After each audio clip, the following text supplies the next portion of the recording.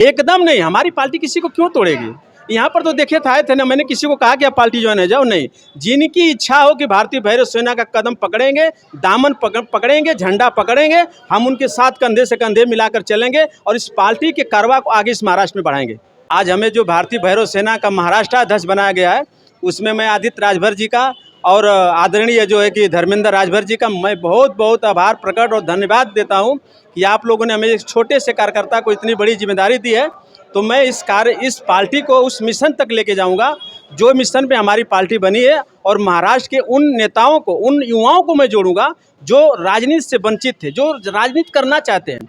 मैं सुहलदेव भारतीय समाज पार्टी मेरा परिवार है। माननीय प्रकाश राजभर जी मैं बता चुका हूँ, हमारे राजनीतिक गुरु हैं, रहेंगे, कोई दिक्कत नहीं है। मैं किसी को तोड़ने का काम नहीं करता, और न तो हमारी भारतीय भैरव सेना पार्टी करती है, न तो हमारे राष्ट्रीय अध्यक्ष करते हैं। कम से कम 1 करोड़ युवाओं में, 1 करोड़ उनके कार्यकर्ताओं में बबलू राजभर एक ऐसा है कि मैं माननीय प्रकाश राजभर जी को अपना गुरु माना हूँ, और वो चेला कहे हैं।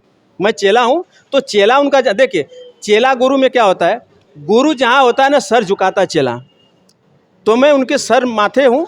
मैं मनिहारी प्रथम से चुनाव लड़ रहा हूँ, और हमारे उनका हमेशा हाथ रहेगा मेरे ऊपर, कोई दिक्कत नहीं है। जैसे मान लीजिए अगर वहाँ से आप बोलते हम चेला हैं ओम प्रकाश राजभर जी के, अगर वहाँ से उन्होंने कैंडिडेट उतारा तो क्या आप पीछे हट जाएंगे? नहीं, एकदम नहीं हटेंगे, फिर भी गुरु जी का हाथ रहेगा मेरे ऊपर ना।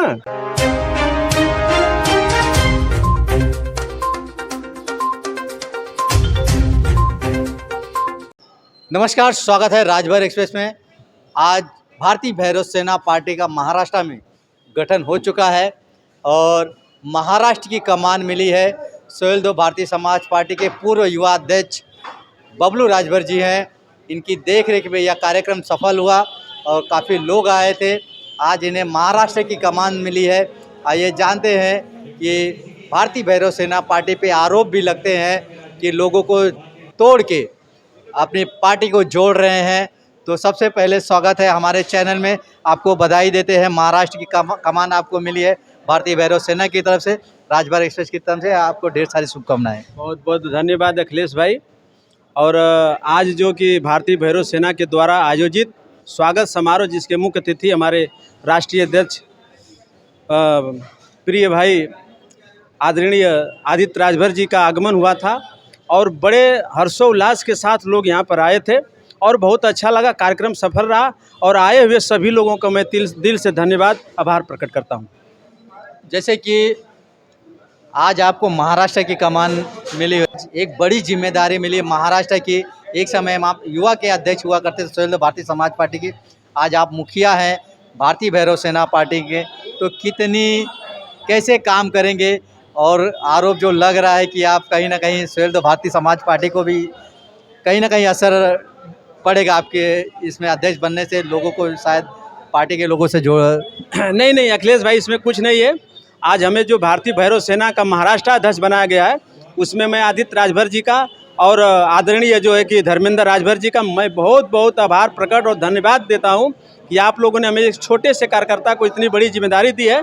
तो मैं इस पार्टी को उस मिशन तक लेके जाऊंगा जो मिशन पे हमारी पार्टी बनी है, और महाराष्ट्र के उन नेताओं को, उन युवाओं को मैं जोड़ूंगा जो राजनीति से वंचित थे, जो राजनीति करना चाहते हैं। मैं सुहलदेव भारतीय समाज पार्टी मेरा परिवार है। माननीय प्रकाश राजभर जी मैं बता चुका हूँ, हमारे राजनीतिक गुरु हैं, रहेंगे, कोई दिक्कत नहीं है। मैं किसी को तोड़ने का काम नहीं करता, और न तो हमारी भारतीय भैरव सेना पार्टी करती है, न तो हमारे राष्ट्रीय अध्यक्ष करते हैं।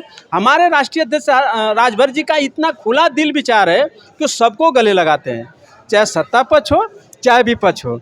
तो हम किसी तोड़ने का काम नहीं करते। हमारे यहाँ इस मंच पर जितने भी आए थे, आप देखे होंगे कि पार्टी के दिग्गज नेता यहाँ पर आए थे, और भारतीय भैरव सेना के मंच पर आए थे। क्यों आए थे? कि बबलू राजभर का कार्यक्रम है, बबलू राजभर ने कार्यक्रम को रखवाया है। वो हमें प्यार और आशीर्वाद देने आए थे और देकर चले गए। और यहाँ पर जो भी कार्यक्रम सफल हुआ, आए हुए सभी लोगों का मैं आभार प्रकट और धन्यवाद देता हूँ। और भारतीय भैरव सेना के राष्ट्रीय अध्यक्ष माननीय आदित्य राजभर जी को मैं बहुत बहुत धन्यवाद कि आपने जो हमारे पर विश्वास रखा है, मैं उस पर खरा उतरूँगा।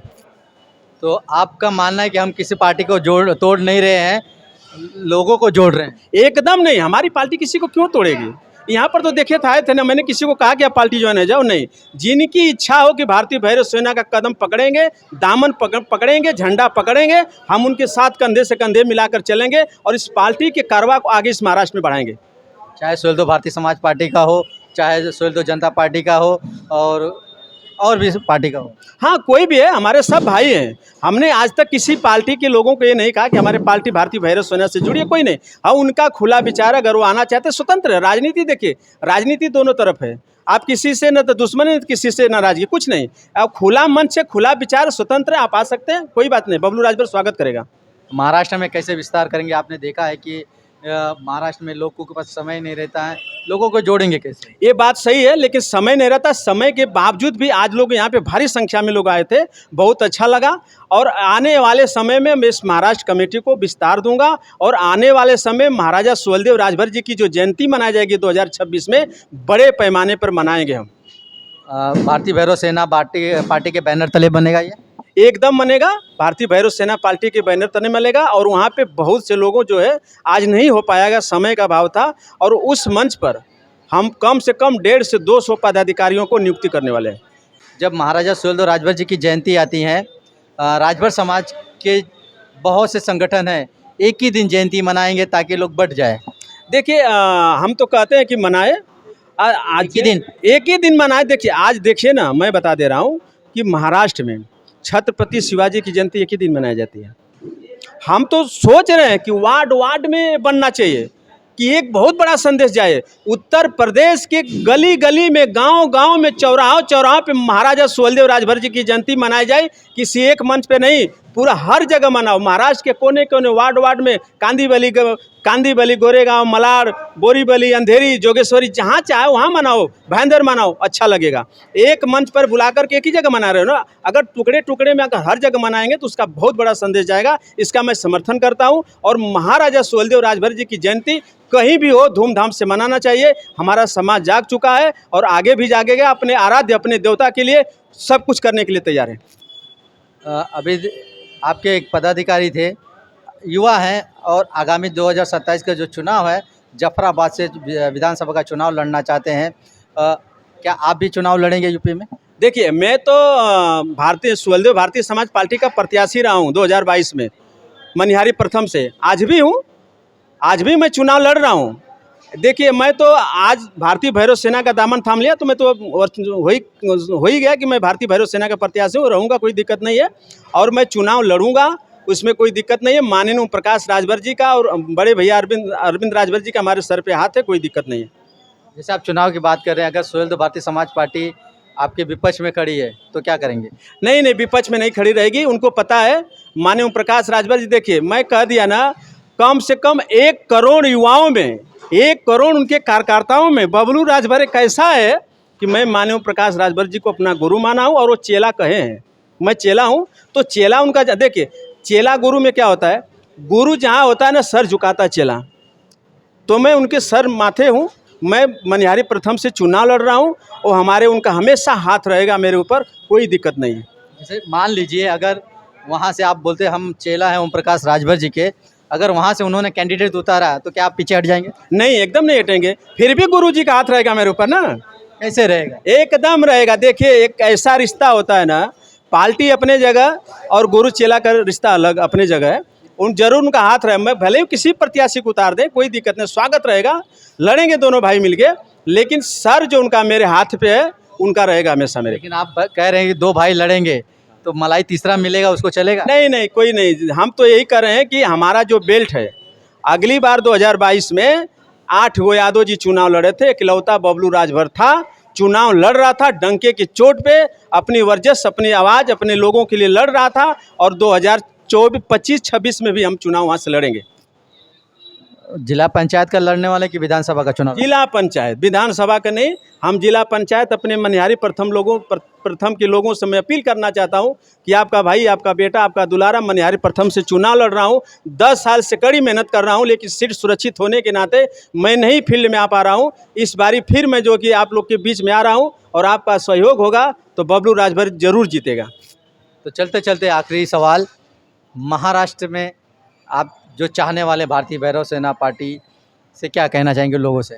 मैं यही कहना चाहूँगा कि जो भारतीय भैरव सेना के जो भी पदाधिकारी बने हैं और जो बनेंगे, मैं आप लोगों से सबसे अपील करूंगा कि सबसे पहले शिक्षा पे काम करिए, बच्चों को शिक्षा दीजिए। और जो युवा लोग हैं, युवा साथी है, मैं उनसे सबसे अपील करना चाहूँगा कि भैया पहले आप शिक्षा पर ध्यान दो, पहले पढ़ाई पे ध्यान दो। झंडा तो आप बाद में भी ढो लेंगे, लेकिन शिक्षा बाद में नहीं मिलेगी, समय बीत जाएगा। तो पहले शिक्षा, इसके बाद झंडा दो। मैं यही कहना चाहूँगा। आपको राजनीति करने की अगर इच्छा है तो करिए, कोई दिक्कत नहीं, लेकिन किसी की बुराई नहीं, अपने विचारधारा पे चलिए। चलिए, बहुत बहुत धन्यवाद। तो ये थे भारतीय भैरव सेना के अध्यक्ष महाराष्ट्र के, जिन्हें कमान मिली है। इन्हें एक ऐसी जिम्मेदारी मिली है कि महाराष्ट्र में बहुत सी पार्टियां हैं उत्तर भारत से, लेकिन जो झंडा गाड़ना चाहिए वैसा झंडा किसी पार्टी का गाड़ा नहीं है। अब देखना है कि भारतीय भैरव सेना पार्टी अपना दमखम कितना दिखाती है, कहाँ तक पहुंचाती है। क्या जो अदर पार्टियां हैं उनसे आगे बढ़ेगी, क्या ये भी वैसे ही रहेगी जैसे अदर पार्टी अपना काम कर रही हैं।